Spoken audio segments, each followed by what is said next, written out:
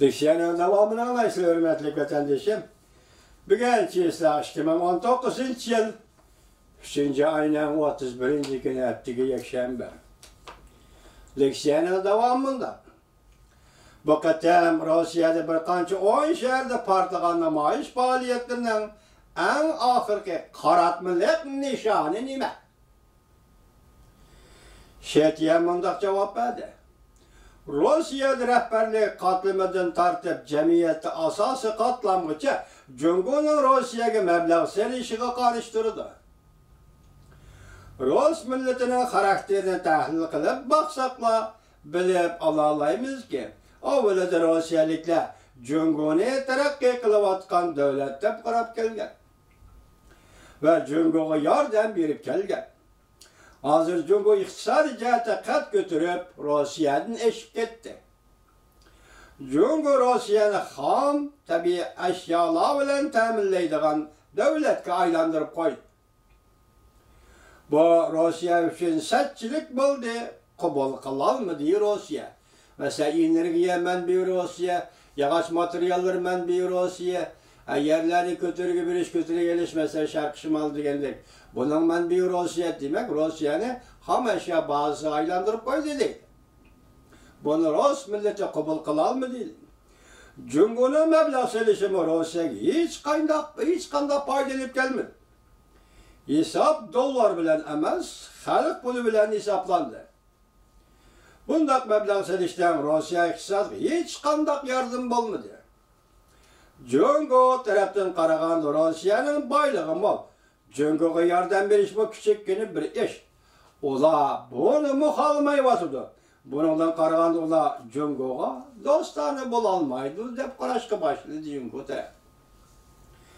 Azaldan namoyishchilarni bostirib kelgan prezident Vladimir Putin hukumati bu qatam jim turib olish pozitsiyasida qo'llanadi. Matbuotlarning xabariga asoslanganda Balqash ko'li voqeasini tekshirishni talab qilganlar, jumladan Rossiyaning vaziri Medvedev, Rossiyaning aloqador matbuotlari, hokimiyat beshidagi partiyaning a'zolari, hatto Rossiyaning vazirimi bu ishga orqa-orqadan ko'ngil berishga boshladi. Bu ishlar odatdan tashqari bir ish bo'lib hesaplanamdı. Retorik so'roq. Xabar yozuvchining retorik so'roq. Tahlilchilar bundaq hisobladi. Balqash ko'li masalasida Cumhurga qarshi to'lqinning ko'tarilishi bu bir bahona sabab. U cho'nqur qatlamdagi sabab shuki Rossiya Cumhurning kengaymichiligi va Cumhurning tahdididan qo'rqyapti. Bu qatamqi Cumhurga qarshi kayfiyatning Rossiyada portlab chiqishining manbai nada? Chimpokon mundaq ko'rsatdi. Makro jihatdan qaraganda Rossiya bilan G'arbning munosabati jiddiylashib ketdi. Ma'lum ma'noda Rossiya Cumhurga ittifoqdosh bo'lib qoldi. Cumhurning kapitaliga tayanib Rossiyani taraqqiy qildirmoqchi bo'ldi Rossiya Federatsiyasi. Cumhurning nima bo'ldi, lekin natija nima bo'ldi? Kechiringlar. Cumhurning kapitali Cumhurning emgak kuchlari Rossiyaga billi so'rab elib kirdi. Demak, $1 Rossiyaga bordi, bir ko'chman Xitoyni billi bordi degan gap. Tushundingizmi vatandoshim? Bu Uyg'urlarning beshida o'tgan ish bu. Mesela Yaponiyada ishlatib tashlayotgan urchiq bor turdi. Hali to'qimachilik fabrikasining urchiqlari bor. Shuningdan birini Shinjang o'lkasiga mustamlik Uyg'uriston akilib o'rinlashtirsa, uning 10 Xitoyni qo'shib billayib keladi. Dal shu siyosatni Xitoy hozir Rossiyaga ishlatayotgan. Hech qanday foydasi bo'lmadi. Mana bu ishlar Rossiyani o'yinlashga olib keldi. Cumhur Rossiyaning taraqqiyotida Cumhur Rossiyaga taraqqiyot elib kelmadi, faqat bulon-talon elib keldi.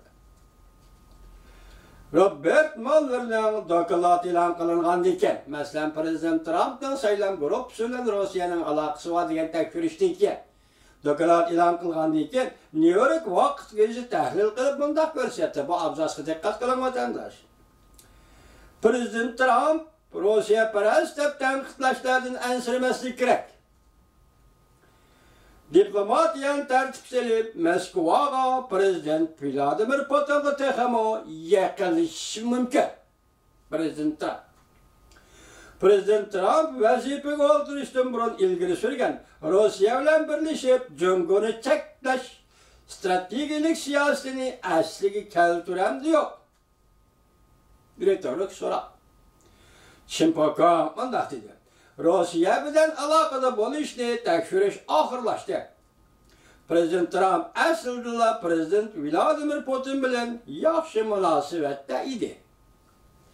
Endi qo'lini bo'shatib, prezident Trump Amerikaning xalqaro ishlariga yo'l tuzlaydi.